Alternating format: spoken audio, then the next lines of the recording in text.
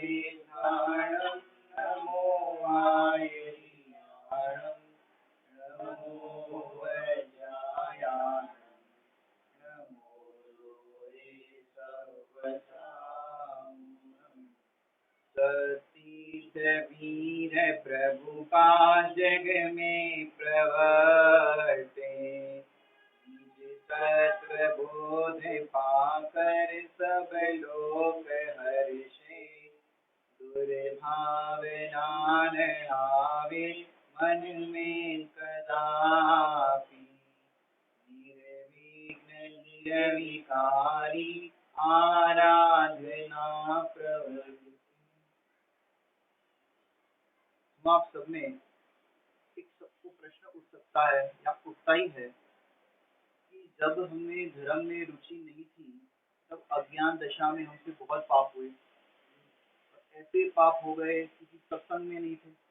अब सत्संग में आए तो वैसे कोई पाप तो होते नहीं है, लेकिन अज्ञान दशा में हमसे पाप हो गए। अब उसका क्या होगा, वो तो हमें भुगतने ही पड़ेंगे।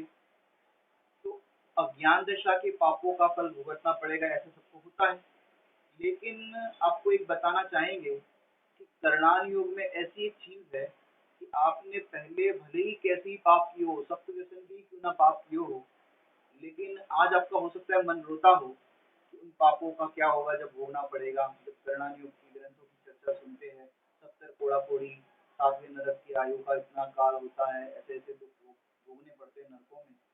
लेकिन आज एक खुशी की बात बताऊंगा आप लोगों को कि आपने भले ही अज्ञान दशा में कैसे भी कर्म बांध लिए हो, लेकिन आप वो सारे पापों को खत्म कर सकते हो। वो आपको हो सकता है भोगना ही ना पड़े। तो ऐसे कैसे, एक टेक्नोलॉजी की बात है करणान योग में, तो वो बहुत ही आपको समझने लायक है। जो आज विषय हम समझाने वाले हैं उस पर चर्चा अपन करेंगे। लेकिन कोई इसका उल्टा ग्रहण ना करे कि भाई हम वर्तमान में खूब पाप करें और फिर ऐसा कोई मंत्र है या ऐसी कोई जादू की छड़ी है घुमा दो और फिर आप पाप पुण्य में बदल जाए। ऐसी स्वच्छता के लिए ये बात नहीं है। लेकिन अज्ञान दशा में आपसे हो गए, फिर आप धर्म मार्ग में लगे, स्वाध्याय करने लगे, फिर आपको रियलाइज हुआ कि ये हमने गलत किया। तो अब वो कैसे पुण्य में बदल सकते हैं उसकी चर्चा करेंगे। कल हमने देखा था कि आपने पाप बांधे हो, उस पाप को बढ़ा भी सकते हो और घटा भी सकते हो। कल क्या पढ़ा था हमने, उत्कर्षण और अपकर्षण। तो ऐसे ही आज हम चर्चा करने वाले हैं जिस विषय का नाम है संक्रमण। क्या नाम है, संक्रमण। थोड़ी सी वर्तमान विषय पर भी थोड़ी चर्चा करना चाहूंगा इस प्रसंग में। कल उत्कर्षण अपकर्षण की अपन ने की थी कि वर्तमान में कोरोना का इतना कहर है कि लोगों को, माने जो पैसे वाले हैं, अमीर है, उनको तो ज्यादा फर्क नहीं पड़ रहा है इस मामले में। लेकिन जो मिडिल क्लास फैमिली है और उससे भी जो बिलो वाले हैं, जो रोज का कमाते हैं, रोज का खाते हैं, तो उन लोगों को ज्यादा इसमें तकलीफ हो रही है भोजन इत्यादि की। तो उन लोगों के लिए सरकार ने व्यवस्था की कि भाई उनके लिए राशन की व्यवस्था की जाए, उनके लिए भोजन की व्यवस्था की जाए। इस तरह से सरकार ने व्यवस्था की है। लेकिन कई फैमिली या कई आपने वीडियो भी देखे होंगे आजकल, उसके अंदर देखा सरकार सबको एक एक किट बांट रही है भोजन के। अब कई फैमिली ऐसे होते हैं, ऐसे आपने देखे होंगे वीडियो के अंदर भी, कि पहले कोई आकर के दे के गया एक किट भोजन की, फिर कोई आया कि भाई आपको सामान मिला कि नहीं मिला खाने पीने की, आपके घर में खाने का सामान है कि नहीं। उन्होंने कहा हमारे घर में तो नहीं है। और फिर कोई दे करके गया, फिर कोई तीसरा आया और कोई चौथा आया। तो चारों व्यक्तियों के जो भी सामान वो देने के लिए आए थे, हमारे पास नहीं है नहीं है ऐसा करके उन्होंने रख लिए। अब क्या होगा, तो उन्होंने तो रख लिए। और एक वीडियो में ऐसा भी आया कि कोई देने आए तो उन्होंने अंदर जा करके देखा तो बहुत सारा सामान पड़ा था और वो कह रहे है ही नहीं। तो इससे क्या होता है, पहले ही तुम्हारे पाप का उदय था, जिस कारण से तुम्हारे इस तरह की बाहर की प्रतिकूलता थी, खाने के लिए घर में दानी नहीं थे। कदाचित कोई पूर्व में ऐसा पुण्य बांधा होगा तो किसी को ऐसा देने का भाव आया, तो आपको वो सामग्री दे दी, भोजन की सामग्री दे दी। अब क्या हुआ, आपने कहा कि भाई हमारे पास नहीं है, होने पर भी कहा नहीं है, आपके एक दिन का भोजन उसके उतनी सामग्री थी, और फिर आपने कहा हमारे पास नहीं है या हमको मिला ही नहीं। तो उससे क्या होगा, वर्तमान का तो पाप का उदय, और आपने जो भविष्य में आने वाला जो पुण्य का उदय था उसको वर्तमान में ले लिया। उसकी कल चर्चा करेंगे हम। लेकिन आपने क्या किया, वर्तमान के पाप के उदय को नए पाप बंद करके उत्कर्षित कर दिया। ऐसा तीव्र उत्कर्षण आपने पाप का कर लिया कि आगे चल के वास्तव में आपको जब खाने की, भोजन इत्यादि की आवश्यकता होगी, तब कोई दान देने वाला नहीं मिलेगा। ये समझने वाली बात है। ऐसे हमारे जीवन में यदि कोई ऐसी कोई त्रुटि हो रही हो, ऐसा कोई हमारे हो, यदि दृष्टांत वर्तमान में देखा गया तो हमने बताया कि तीव्र पाप का बंद होगा। दूसरा क्या कि कई लोग ऐसे हैं, क्योंकि आपके हिस्से की तो एक किट थी और आपने 4 जन के हिस्से की ले ली समझो, तो क्या होगा, उन 4 लोगों को कदाचित ना मिले, 4 परिवार को वो खाने पीने की सामग्री नहीं मिली। ऐसे कई जगह आपने न्यूज में भी देखे होंगे, लोगों को वो सामग्री पहुंच नहीं पा रही। अब नहीं पहुंच पा रही तो क्या होता है, एक आध जन ने ऐसे ही 4 किट ले लिए तो सामग्री कम पड़ गई, वहां पहुंच नहीं पा रही। और ऐसे कई फैमिली या कई घरों में आपने देखे होंगे, उस तरह के वीडियो भी आए हैं, न्यूज में भी आया कि कई लोग भोजन नहीं मिलने के कारण भी मर जाते हैं, दाने दाने के लिए तरसते हैं। अब वो जो मरे उसकी क्रूरता का पाप भी आपको लगेगा, क्योंकि आपने तो अपना पेट भरने की सोची, पर हम 4 जन के हिस्से का खाना ले लेंगे तो जिनको नहीं मिलेगा उनका क्या होगा। ये तीव्र क्रूरता है और इससे तीव्र उत्कर्षण होगा पाप बंध का, जिससे आपको समय पर भोजन नहीं मिलेगा, समय पर पानी नहीं मिलेगा, समय पर दवाई नहीं मिलेगी। इस तरह के परिणाम करणान योग से बताए जाते हैं कि भाई तुम्हारे परिणाम जो कर रहे हो उसका फल क्या आएगा। इस तीव्र उत्कर्षण का परिणाम है, इसका विचार करने लायक है। आगे हम चर्चा जो कर रहे हैं अभी संक्रमण की दृष्टांत से समझते हैं। जैसे आपने किसी से कर्जा लिया तो क्या होगा, भैया भुगतना पड़ेगा, मैंने जो भी लिया है वो देना पड़ेगा। लेकिन ऐसी एक थियरी है जैन दर्शन के अंदर, आप कर्जा लो और माफ हो जाए, कर्जा लो और माफ हो जाए। हाँ, एक ऐसी थियरी है जिस विषय का नाम है संक्रमण। क्या नाम है? संक्रमण। उन्हें आपको देना नहीं पड़ेगा, इसका नाम है संक्रमण। इसको इंग्लिश में अगर कहे तो कन्वर्जन, कन्वर्ट ये भी कह सकते हैं। समझते हम कि जैसे आपने बांधा हो पाप, अब वही पाप जो बांधा हुआ है वो पुण्य में बदल जाए। आपने व्रत आदि, पूजन, स्वाध्याय इत्यादि करके बांधा हो पुण्य, और वो सारा पुण्य पाप हो जाए।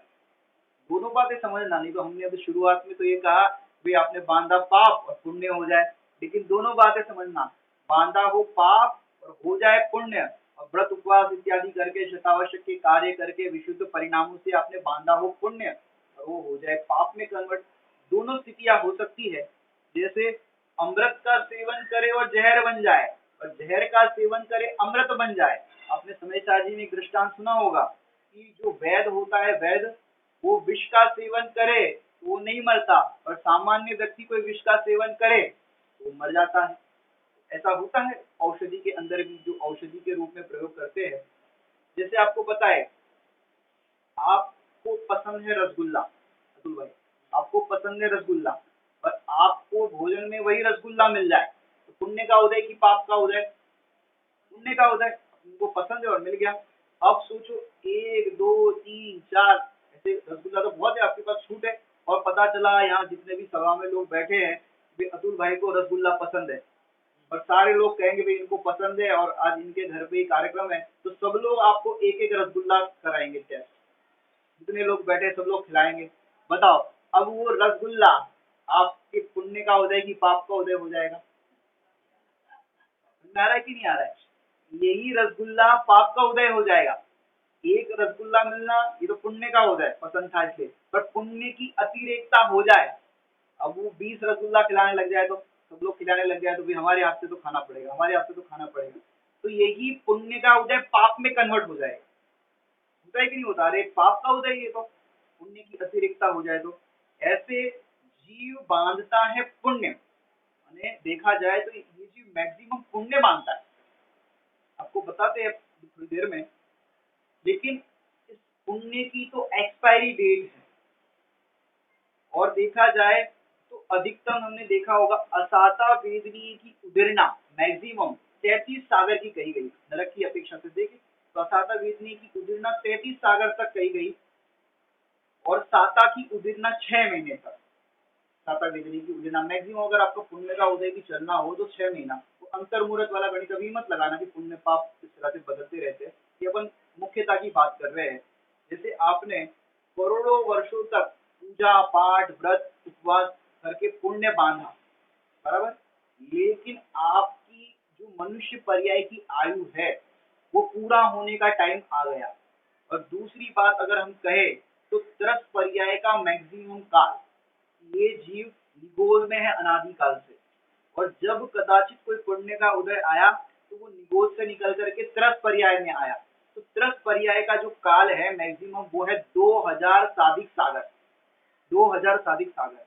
इसमें भी यदि ये जीव पूरे 2000 साधिक सागर इसमें रहे, इसका पूरा काल जो मैक्सिमम बताया, तो कई लोग तो कई जीव तो निगोज से निकले, एक आध पर्याय करे और फिर निगोज में चले जाए, ऐसा भी हो सकता है। लेकिन मैक्सिमम 2000 साधिक सागर कहा गया है। उसमें भी यदि ये जीव ज्यादा से ज्यादा बांधता है पुण्य और कम बांधता है पाप, क्योंकि आप देखो उसका रेशियो कि 2000 साधिक सागर के अंदर आप देखो स्वर्ग की आयु कही कितनी, 1360, 1360 सागर कितनी कही, स्वर्ग की आयु कही, और बचे कितने 640 सागर आयु कही नरक की। और साधिक के अंदर मनुष्य और तिर्यन गिन लेना।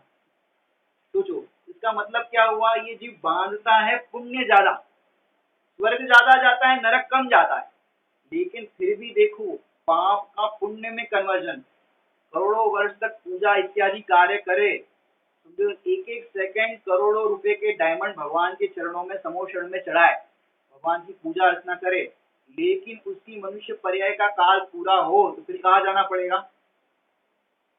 फिर से निगोद, जहाँ से आए थे वहां 2000 शादी पूरा हुआ तो कहाँ जाएगा, निगोद ही जाएगा, चाहे डायरेक्ट जाए या वाया जाए, ऐसे भी जाएगा कि नहीं जाएगा।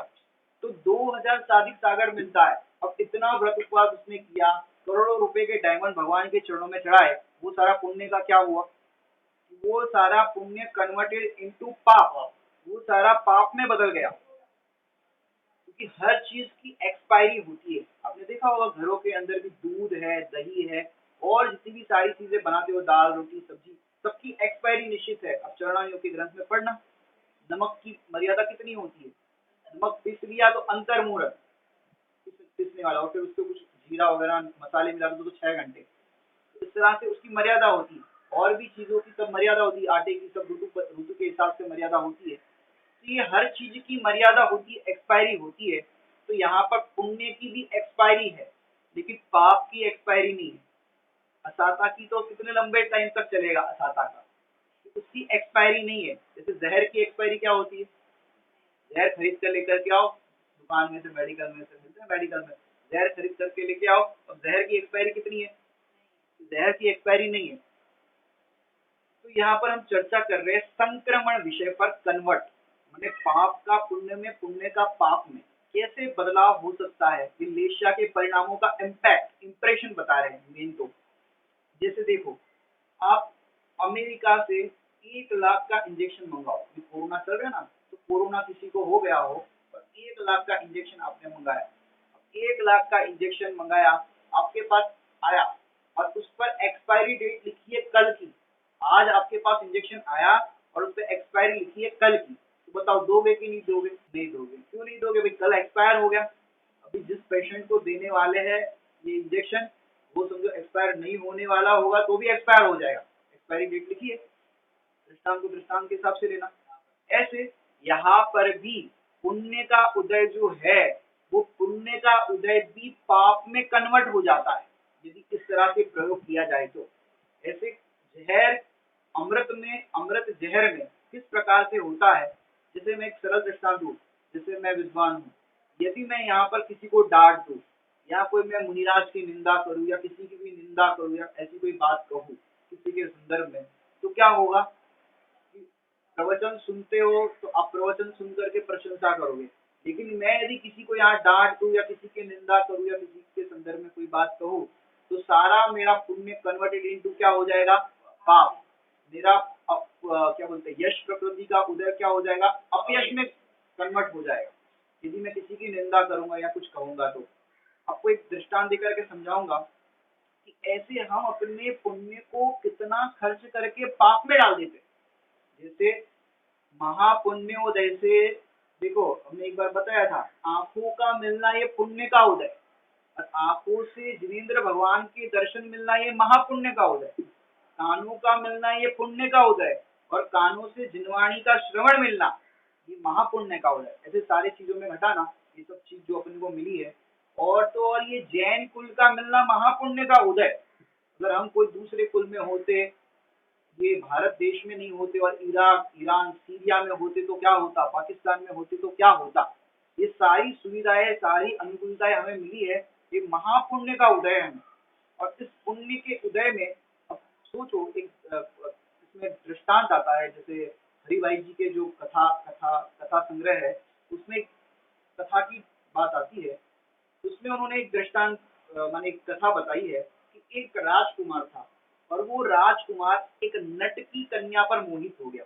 नटी हो गए, नटी खेल बताते हैं, बांस पर रस्सी बांध देते हैं और इस तरफ से उस तरफ जाते हैं और इस तरह के कर्तव्य दिखाते हैं। अब वो राजकुमार उस नटी पर मोहित हो गया। अब वो तो उसी से विवाह करना चाहता था। परिवार वालों ने भी समझाया कि भाई हमारे योग्य तो राजकुमारियां है, राजघराने के परिवार से तुम्हारे लिए करेंगे। लेकिन वो तो कहने लगा मैं तो उससे ही करूंगा। तो राजा ने कह दिया, पिता ने, भाई उससे करोगे तो हमारे उससे निकल जाओ, घर से निकल जाओ, फिर तुम्हें जो करना है करो। और तो और उसने फिर प्रस्ताव रखा उन नटी के पिता से, भाई मैं इससे विवाह करना चाहता हूँ। तो उसने कहा कि भाई ये तो शादी करेगी बाजीगर, कलाकार, इस तरह का जो कर्तव्य दिखाएगा उससे कराएगी, उसके साथ इसका संबंध होगा। उन्होंने कहा कि भाई हमको तो नहीं आती। बोले, नहीं आती तो फिर तुमसे कैसे करे। बोले नहीं, मैं इसके लिए तो कुछ भी कर सकता हूँ। मैंने अपने परिवार को, माता पिता को, सबको छोड़ दिया। अब इसके लिए मैं ये कला भी सीख लूंगा। अब उसने वो कला भी सीख ली, राजा ने, राजकुंवर ने। और कला सीख करके एक दिन पारंगत हो गया। और एक दिन उसको खेल दिखाना था। अगर वो खेल सही से दिखा लेता है तो नटी की कन्या से विवाह हो जाता। अब वो खेल दिखाने के लिए रस्सी के ऊपर खड़ा हुआ और वो बाल हाथ में पकड़ लेते, ऐसे जाते ना, देखा होगा आपने। तो वैसा वो करने लगा। और जैसे ही वो उस पर चढ़ा और वो अगर खेल में पास हो गया तो फिर नीचे वो वरमाला लेके खड़ी थी नटी उससे विवाह करने के लिए। पर वो ऊपर जैसे ही चढ़ा तो उसने, क्योंकि कई 15-15 फीट ऊंचे, इतने लंबे ऊंचे ऊंचे बांस होते, यानी ऐसा नहीं छोटे हाइट पे हो, ऊंची ऊंची बहुत होती है।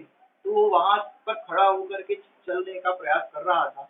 उतने में उसने खिड़की में देखा, एक सर्वांग सुंदर कन्या एक व्यक्ति पर मोहित हो गई थी और विवाह का प्रस्ताव कर रही थी। हे स्वामी, तुम मेरे स्वामी बनो, मेरे से विवाह करो। और वो उससे विरक्त था।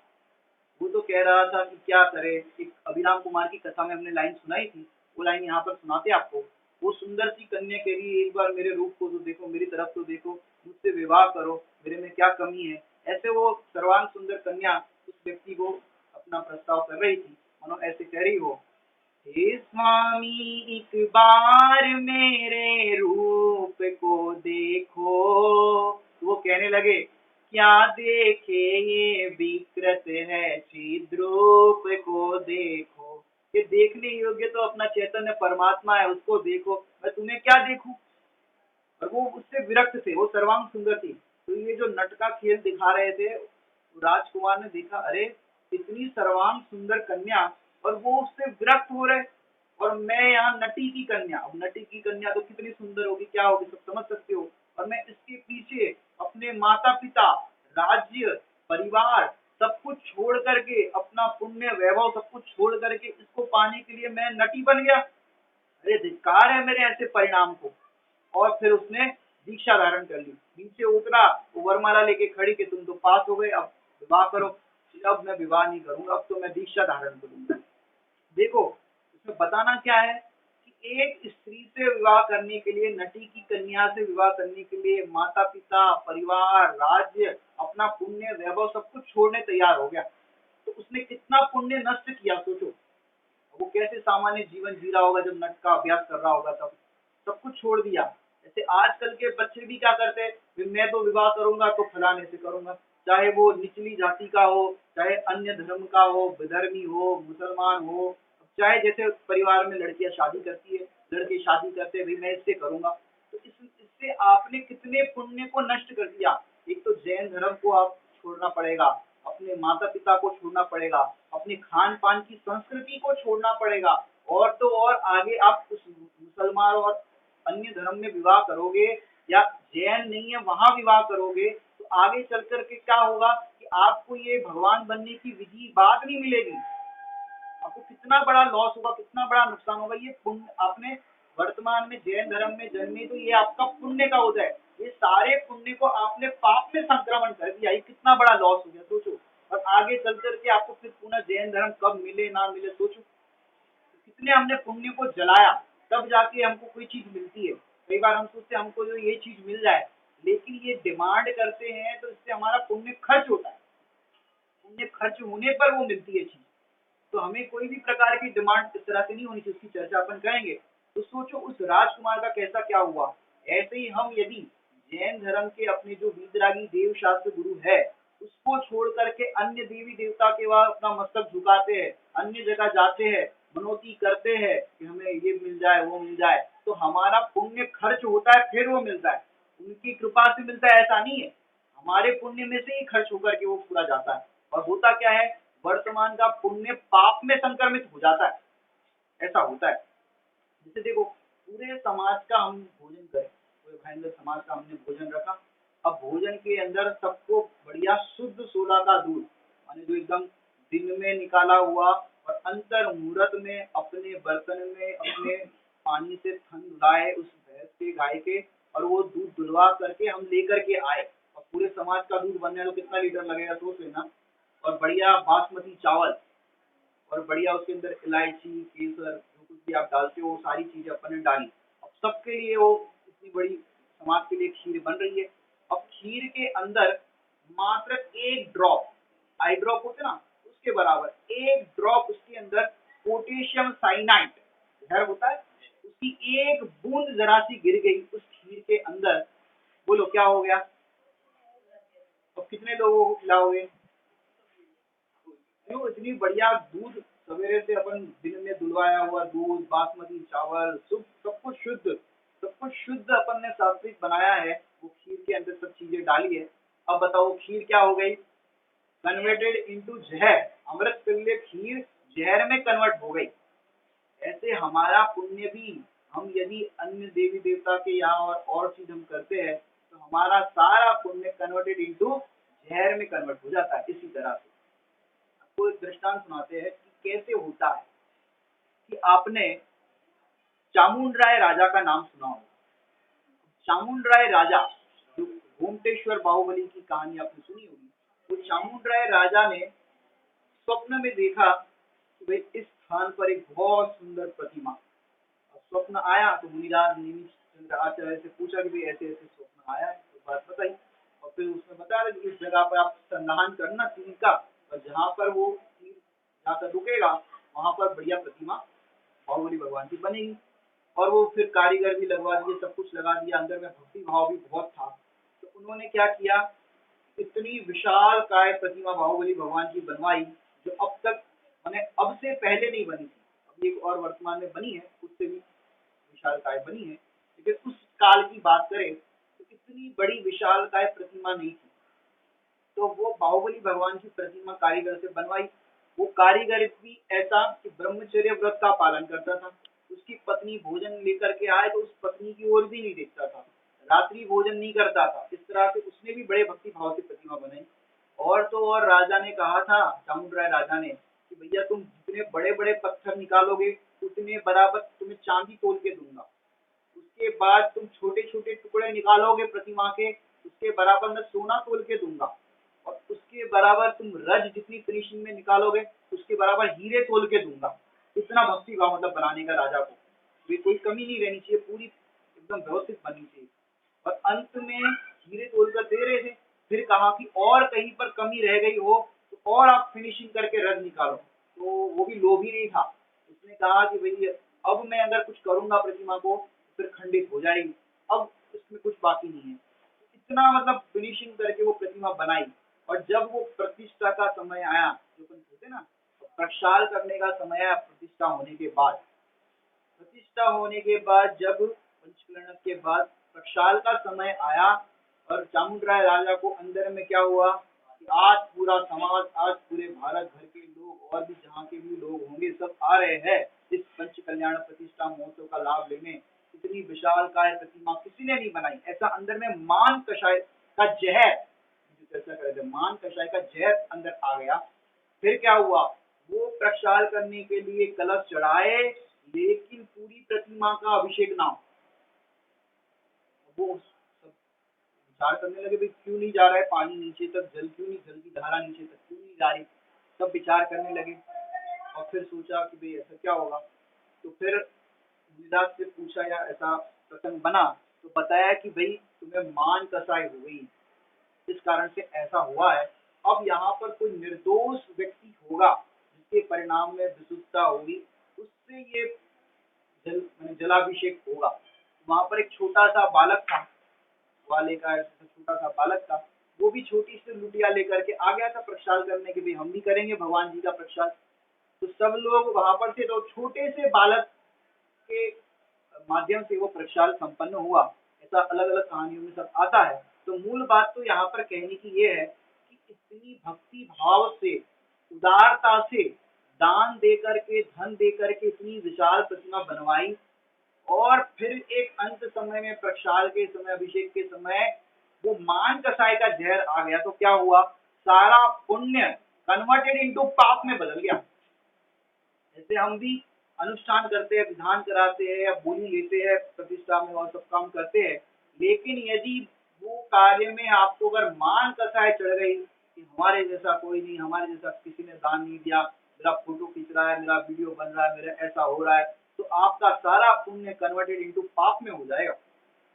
ये संक्रमण है, ये समझने वाली बात है। एक बार हम अपनी घटना बताए, हम चौके में एक जगह पे पानी छान रहे थे, दो दो भैया थे, पानी छान रहे थे, आश्रम में से पानी छान रहे थे। तो वो भैया बोले आज तक हमारे हाथ से कभी छन्ना नहीं गिरा। दो जन पकड़ते, मोटा छन्ना होता है, एक जन पानी डालता है, दो जन दो दो छेड़े पकड़ते उसके, दो दो छोर पकड़ते उसके और पानी डालते। आज तक मेरे हाथ से कभी छन्ना नहीं गिरा। जरा सा एक विकल्प आ गया तो क्या हुआ, उसी समय छन्ना गिर गया उनके हाथ से, बैलेंस ये हो गया। फिर वो छन्ना गिर गया तो पानी अनछना हो गया, तो दूसरा छन्ना लाया फिर छाना, वो बात अलग है। लेकिन कहने की बात क्या है कि जब जब आपको किसी चीज का अहंकार मन में होगा, ईगो होगा, तब वो सारा पुण्य या आपसे जो चीज अच्छी बनती थी आप बनाकर अब तक वो कर रहे थे, वो सारा पुण्य कन्वर्टेड इनटू पाप में बदल जाएगा। है कि आप रोटी, पहली रोटी बढ़िया फुलाओ, देखो हमारे जैसी रोटी कोई नहीं फुला सकता, कितनी बढ़िया फूल रही है, और दूसरी रोटी आप बनाने जाओ तो जल जाएगी। क्या हो गया, ये पुण्य सारा पाप में कन्वर्ट हो गया। एक बार पंडित साहब, आदरणीय भाई साहब, सोन प्रकाश जी भाई साहब, इतनी बढ़िया रोटी बनी है, ऐसी रोटी कोई नहीं बना सकता। फिर तुरंत दूसरा वाक्य बोले, हम भी नहीं बना सकते। पहला वाक्य क्या बोले, ऐसी रोटी कोई नहीं बना सकता, और फिर दूसरा वाक्य बोले हम भी नहीं बना सकते। दोबारा समझ आया कि नहीं आया। हमको लगता है भाई हमारे जैसा कोई नहीं, हमारे जैसा कोई नहीं, हम ऐसा काम कर रहे हैं, हम दुकान चला रहे हैं, हम घर को चला रहे हैं। अरे कोई नहीं चला रहा है, सब स्वतंत्र है। जरा सा अहंकार हुआ और परिणाम फिर देखो, अच्छा लिखने का, अच्छा बोलने का, देह मन वाणी जितनी भी आप मन वचन काय की क्रिया देख लो, जहां जरा सा अहंकार आपके हुआ, आपका काम बिगड़ेगा। अब देख लेना, आपका पुण्य पाप में ही बदल जाएगा तुरंत। ये कभी भी ऐसा अहंकार नहीं करना। जैसे और पुण्य पाप की बात करें, जैसे कोई ब्रह्मचारी त्यागी व्रती हो और कोई गृहस्थ मंदिर आए, अपनी पत्नी बच्चों के साथ स्वाध्याय में रुचि रखता हो, शुद्ध खान पान रखता हो, बहुत अच्छा सात्विक श्रावक अनुकूल जीवन हो, और कोई ब्रह्मचारी त्यागी उनको देख करके प्रसन्न होवे कि भैया गृहस्थ मुनि बढ़िया, अच्छा धर्म है, अनुकूल पत्नी है, अनुकूल बच्चे है, धर्म करते हैं, इतना बढ़िया है। अगर अंदर में ऐसा भाव आ जाए कि ये वो लोग बहुत बढ़िया है, तो ये ब्रह्मचर्य, त्यागी व्रतीपना, ये सारी तपस्या कन्वर्टेड इनटू पाप। पाप इन द सेंस उनकी भूमिका में फिर आपको जाना पड़ेगा। आज तुम ब्रह्मचारी त्यागी बन के, मुनि बन के मोक्ष जाते, और फिर तुम निचली भूमिका की प्रशंसा करके चाहते हो वैसा बढ़िया है, ये सारा आपकी तपस्या का कन्वर्टेड इनटू पाप में चला जाएगा। तो ऐसा है, क्योंकि देखो आपने देखा होगा, आटा होता है, आटा जब आटा होता है तो उस आटे को आप जिस चाहे रूप में परिवर्तित कर सकते हो। आप चाहो तो आटे की रोटी भी बना सकते हो, आप चाहो तो आटे के पराठे भी बना सकते हो, आप चाहो तो आटे की पूरी भी बना सकते हो, आप चाहो तो आटे का और भी जो भी चीज आप बनाते हो बना सकते हो। लेकिन ये संक्रमण, एक चीज जब बन जाती है फिर क्या कर सकते हो, फिर कुछ नहीं कर सकते। एक बार बन गया तो ये संक्रमण भी ऐसा है कि एक बार आपका परिवर्तन हो गया फिर उसमें कुछ नहीं कर सकते। उसमें कल हमने जो बताया था उत्कर्षण और अपकर्षण, कि जो आपने गति बांधी, गति के अंदर जो आयु है, उस आयु के अंदर तो उत्कर्षण अपकर्षण हो सकता है। जैसे कल हमने श्रेणी राजा का दृष्टांत दिया, 33 सागर से 84,000 वर्ष, 7वीं नरक से पहली नरक, लेकिन आपने नरक आयु बांध ली तो उसमें फिर परिवर्तन नहीं होगा। जो आपने संक्रमण कर लिया फिर वो उसी हिसाब से होगा। इसलिए ये संक्रमण भी बहुत समझने वाली चीज है, क्योंकि हमारे निरंतर परिणाम कैसे कैसे होते हैं, जरा से में परिणाम कहाँ कौन सा गतिबंध हो जाए। जैसे आप लोग तीर्थ यात्रा पे जाते हो और तीर्थ यात्रा पे समय शिखर जी का पहाड़ चढ़ते हो, जैसे ही पहाड़ चढ़ना शुरू करते हो धीरे धीरे गर्मी बढ़ती जाती है, पसीना होने लगता है, चाहे ठंड के दिन क्यों ना हो, ठंड के दिनों में भी पसीना पहाड़ चढ़ते चढ़ते आ जाता है। और जब आप गौतम गणधर की टोप पर पहुंचो, और आपने कई लोगों को देखा होगा कि गौतम गणधर की टोप में सीधा लेट जाते हैं भगवान को नमस्कार करते हुए और जय हो लगाते हैं। तो आप लोगों को लगता होगा कि बढ़िया भगवान की भक्ति है, कैसे भगवान के चरणों में, तो गौतम गणधर के चरणों में लेट गए, पहली टोक है ना गौतम गणधर की, वहां लेट गए। लेकिन भैया उनसे पूछना ऐसे कैसे भक्ति आपके अंदर आई, तो कहीं भैया इतनी गर्मी से पहाड़ में गर्मी में चढ़े और नीचे ऐसे भगवान के चरणों में लेटे, चरणों में लेटने पर जो शीतलता का आनंद आया वो बढ़िया आनंद आया। और हवा आई ठंडी ठंडी तो क्या करते हैं, ये बढ़िया अच्छा लग रहा है, अच्छा लग रहा है। भगवान के दर्शन करना या चरणों की वंदना करना अच्छा नहीं, वो हवा लगी बढ़िया, शीत लहर लगी, वो अच्छा लग रहा है। तो वो अच्छा लगना, बढ़िया लग रहा है, आहा क्या ठंडी हवा है, तो ऐसा आपने परिणाम किया, हवा बहुत अच्छी है, बढ़िया है, तो अंदर में जो परिणामों की आपकी जो तरंगे उठी, तो हो सकता है अगर आपके गति बंद का समय आ गया हो तो प्रकृति कहेगी तथास्तु, वायुकाय में चले जाओ और वहां पर इतनी बढ़िया ग्रीनरी देख करके कहो कि भैया बहुत सुंदर ग्रीनरी लग रही है, क्या सुंदर दृश्य लग रहा है, लाओ एक सेल्फी खींच ले ग्रीनरी के साथ। तो हो सकता है आप उसकी सेल्फी लो और सेल्फ फिर बन जाओ, उसी के साथ ग्रीनरी में चले जाओ, जिसके साथ फोटो खींच रहे हो उसी उसी पर्याय में चले जाओ, गति बंद का समय आ गया तो। हाँ, कि जिन्होंने सेल्फी खींच करके कर्म बांधे, ये ग्रीनरी बहुत बढ़िया है, तो तुम्हारा भी नंबर वहीं पे लग गया। तो ऐसे कर्मों की अजब लीला है कि जैसा आप परिणाम करते हो वैसा उसमें कन्वर्ट हो जाता है, कन्वर्जन हो जाता है। यहाँ पर तो देखा होगा आपने, रुपीस आप वहां पर मनी मनी ट्रांजेक्शन का होता है, रुपीस दो तो डॉलर में हो जाता है, पाउंड में हो जाता है, और सब करेंसी में हो जाता है, कन्वर्जन हो जाता है कि नहीं हो जाता। पर यहाँ पर तो ऐसा नहीं है, यहाँ पर तो आपने यहाँ परिणाम किए और जिसके अंदर आपने ट्रांजेक्शन कर दिया कि ये पर्याय अच्छी है, सीधे वहां जाओ।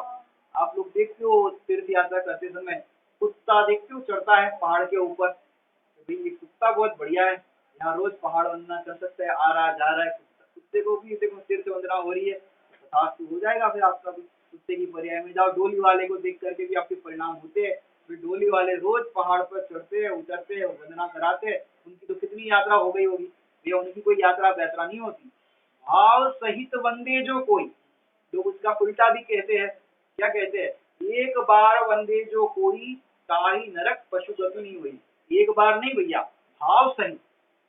ऐसे तो आपने करोड़ बार वंदना कर दी अब तक, लेकिन क्या हुआ, लेकिन अभी वही के वही खड़े हो। तो क्या कह रहे हैं, ये संक्रमण, वो भी नरक पशु गति नहीं हुई, बाकी गति तो हुई। तो यहाँ पर क्या कह रहे हैं कि जो परिणाम होते हैं हमारे, जो निश्चय की हम चर्चा कर रहे थे उसमें संक्रमण, हमारे परिणाम वैसे ही संक्रमित हो जाते हैं।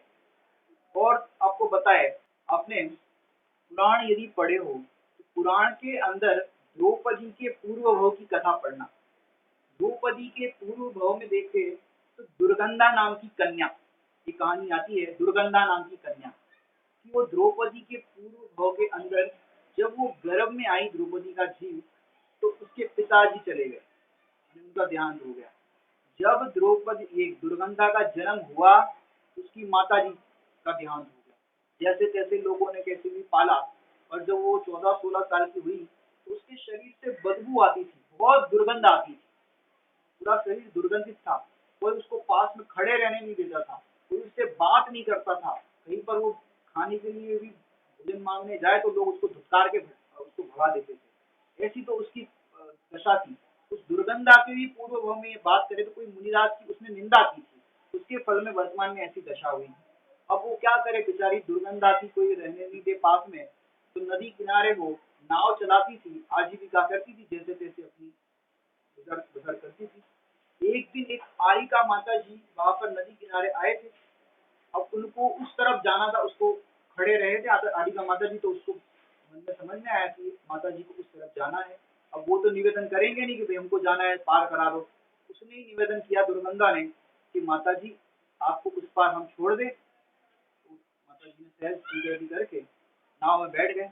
दुर्गंधा कन्या ने माता जी का सौम्य स्वरूप, शांत स्वरूप देख करके अंदर में परिणाम उसके ऐसे हुए दुर्गंधा के, हे माता जी, मैंने ऐसे पूर्व में कौन से पाप किए हैं, ऐसी मैंने कौन सी विराधना की है, ऐसा क्या मैंने किया है कि लोग मेरे को जहाँ जाती हूँ वहाँ धिक्कारते हैं, लोग मेरे को पास भी खड़ा रहना पसंद नहीं करते, मेरे शरीर से इतनी बदबू आती है, मुझे कोई पसंद नहीं करता, ऐसा मैंने क्या पाप किया है, क्या ये पाप का उदय बदल नहीं सकता, मैं क्या करूं। तो माता जी ने कहा कि बेटा, यदि सुखी होना चाहती हो तो दीक्षा धारण करो और दीक्षा लेकर के स्वरूप की आराधना करो, तो तुम्हारे ये सारे पाप जल जाएंगे। तो उसने फिर नाव चलाने का काम छोड़ दिया, माता जी के साथ रहने लगी और समय पाकर दीक्षा भी धारण कर ली। ये द्रौपदी के जीव की पूर्व की बात कर रहे हैं। और दीक्षा धारण करने के बाद तपस्या करने लगी, तो स्वाध्याय इत्यादि भी उसका हो गया।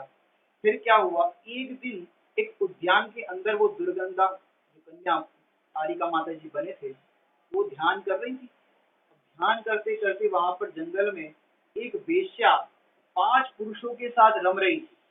तो उनके हास्य का आवाज सुनने पर वो कालिका माता जी का ध्यान भंग हुआ और माता जी ने देखा, अरे ये सुंदर कन्या और 5 5 पुरुष उसके साथ रम रहे हैं। तो अंदर में एक अपनी भाषा में कहे तो इंफीरियरिटी कॉम्प्लेक्स तो था ही, वे मेरे को कोई पसंद नहीं करता, मेरे साथ कोई बात नहीं करता, मेरे तो पूर्व का तो अंदर में संस्कार पड़ा ही था, वे इसको लोग पसंद कर रहे हैं, 5 5 पुरुष उसके साथ रम रहे हैं, मेरे साथ कोई नहीं रमता, मेरे साथ भी अगर कोई रमता, कोई मेरे से बात करता, ऐसा होता तो अच्छा होता।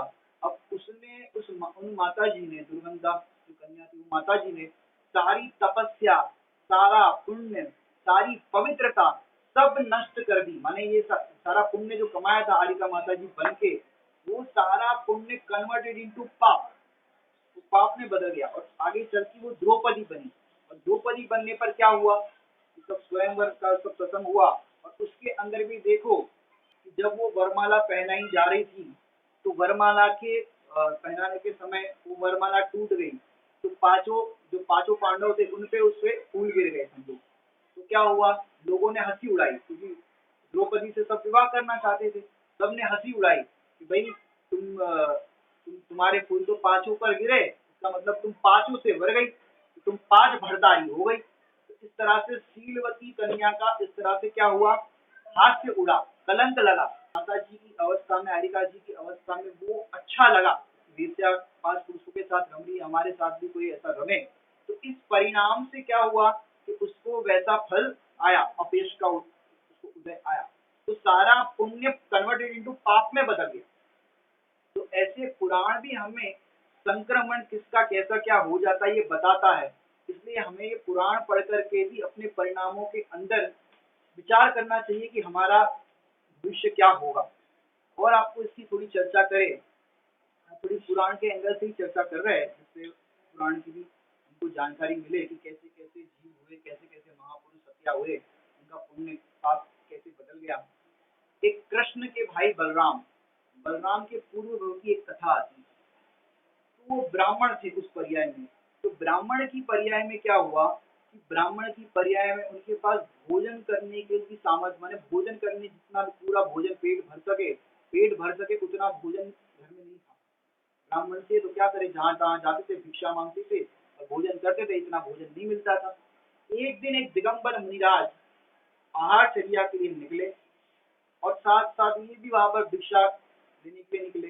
अब मुनिराज का तो नवदा भक्ति से पड़गान हो रहा था, तो उन्होंने भिक्षा तो मांगी नहीं कि भाई क्या हो रहा है, क्या विधि है, देख रहे थे, पता नहीं था ऐसे दिगंबर मुनिराज होते हैं, तो विधि देख रहे थे और मुनिराज के साथ साथ ही चल रहे थे। पहले तो जब आए थे तो श्रावक लोगों को लगा भैया ये भी मुनिराज के साथ में होंगे, तो फिर मुनिराज की आहार चर्या के बाद श्रावकों ने उनको भी भोजन कराया, आइए विराजिए, और भोजन कराया। और आज उनको इतना भोजन कराया, भरपेट भोजन, मैंने जीवन में पहली बार भरपेट भोजन मिला था। उनको लगा कि आज मेरे को इनके साथ चलने पर भरपेट भोजन मिला, अगर मैं इनके साथ हो लूं तो मुझे पेट की चिंता नहीं होगी। और फिर मुनिराज के साथ ही जंगल चले गए। उनने बताया कि भाई हमको तो ऐसा ऐसा है, पूरा बताया, भोजन मिलता नहीं और आज आपके साथ आए तो भोजन मिल गया। मुनिराज ने जाना ये तो भव्य जीव लगता है। मुनिराज ने कहा कि चलो कोई बात नहीं, तुम हमारे साथ रहोगे? बोले हाँ क्यों नहीं रहेंगे, हमारे पेट की चिंता ही खत्म हो जाएगी। बोले फिर हमारी तरह हो जाना पड़ेगा, मुनि बनना पड़ेगा। बोले ठीक है कोई बात नहीं। थोड़े दिन साथ में रखा, सब चीजें चर्या वगैरह सिखाई, स्वाध्याय कराया, फिर उसको भी दीक्षा दे दी। और दीक्षा देने के बाद तपस्या करने लगे और सब पुण्य भी बढ़ गया। अब फिर एक दिन एक राजा का पूरा काफिला जा रहा था, काफिला समझते हो, राजा की पूरी सेना और सब कुछ उसका जा रहा था, ठाट बाट पूरा जा रहा था। और वो मुनिराज भी वहां से जा रहे थे, समझो जंगल की ओर से वो पूरा जा रहा था राजा का काफिला। तो मुनिराज ने देखा, अरे वाह कितना सुंदर रथ है, कितना सुंदर मुगट है, कितने सब सेना वाले और सब उनकी क्या ठाट बाट है। तो ठाट बाट देख करके वो बलराम के जो पूर्व भाव में जो मुनि दीक्षित हुए थे, बलराम का जीव, अरे कितना सुंदर ठाट बाट है, हमने अपने जीवन में ऐसा कभी नहीं देखा। हम इतनी तपस्या तो कर रहे हैं तो तपस्या के फल में हमें मिल जाएगा। तो ऐसा अंदर में निदान बंद किया कि यदि मेरी तपस्या का कोई फल हो तो ऐसा हमें मिल जाए। वो उनको क्या हुआ कि सारी तपस्या जो कर रहे थे उसके फल में मुक्ति मिल सकती थी, मोक्ष मिल सकता था, लेकिन हुआ क्या, तो फिर वो सारा पुण्य खत्म करके फिर से पुनः मनुष्य पर्याय में फिर बलराम हुए। तो कहाँ मुक्ति मिल सकती थी। कथानक में तो ऐसा लिखते हैं, हाय हाय ये तूने क्या किया, चरण धोने के लिए तूने अमृत का प्रयोग कर दिया। ऐसे अच्छे अच्छे बहुत सुंदर वाक्य है। द्रौपदी के झील के पूर्व की भवी जो भी घटना सुनाई, उसमें भी अगर देखे तो वो उस पर्याय में तपस्या करके सम्यक दर्शन ज्ञान चरित्र रत्नत्र प्राप्त कर सकती थी, स्त्रीलिंग छेद सकती थी और स्त्रीलिंग छेद करके स्वर्ग जाके फिर मनुष्य पर्याय से मोक्ष जा सकती। लेकिन हुआ क्या, सारा पुण्य खत्म करके पाप में बदल दिया। तो ऐसे हम भी अपने पुण्य को पाप में बदलते हैं। विचार करने लायक है। आपने देखा होगा, आपको नौकरी गवर्नमेंट चाहिए या क्या बोलते हैं प्राइवेट नौकरी चाहिए या गवर्नमेंट नौकरी चाहिए, लोग कहेंगे गवर्नमेंट। गवर्नमेंट तो बढ़िया नौकरी होती है, प्राइवेट में तो कोरोना का और ऐसा कोई चक्कर आ जाए तो फिर कहे कल से मत आना। गवर्नमेंट में एक बार अपनी जॉब लग गई परमानेंट वाली तो कोई हटा नहीं सकता, तो परमानेंट हो गई। और वहां से भी जो सैलरी हो वो तो हो, लेकिन अंडर टेबल भी मिलता है। और तो और लोग ऐसी प्रशंसा भी करते हैं कि हमारे लाला जी, हमारे कंवर साहब, क्या बोलते हैं, हमारे दामाद, हमारे जमाई। और एक साल पहले तो हमारा इनका कुछ ज्यादा था नहीं जब विवाह हुआ था, लेकिन 2 साल के अंदर तो कितनी बड़ी कोठी, कितना बड़ा बंगला बना दिया। और तो और मर्सिडीज और ऑडी गाड़ी, और तो और सब बहुत कुछ उनने अंडर टेबल बहुत कमाया। ऊपर से पगार तो मिलती है, ऊपर से मलाई भी मिलती है। एक तो अपन उसकी अनुमोदना करते हैं, भाई बहुत बढ़िया ठाट बाट है। इससे क्या होगा कि भैया सारा पुण्य कन्वर्टेड इनटू पाप में बदल जाएगा। इसलिए विचार करने लायक है कि ये जितना भी सब कुछ आपको मिला है ये पुण्य के उदय से मिला है। यदि आप इसका दुरुपयोग करते हो तो ये पुण्य, चाहे वो आपकी का प्रभाव हो, पुण्य हो, कभी इसका दुरुपयोग नहीं करना चाहिए। ये तो कन्वर्टेड इनटू पाप में बदल जाएगा। तो हो गया है। तो इस तरह से पुण्य पाप में बदल जाता, ये तो हमने देखा पुण्य पाप में बदल जाता है। अब कल हम चर्चा करेंगे, ये हमने लिया कि अपना जो वर्तमान पुण्य का उदय है वो कैसे पाप में बदल जाता है। अब पाप कैसे पुण्य में बदल जाए इसकी चर्चा अपन कल करेंगे। ओम नमः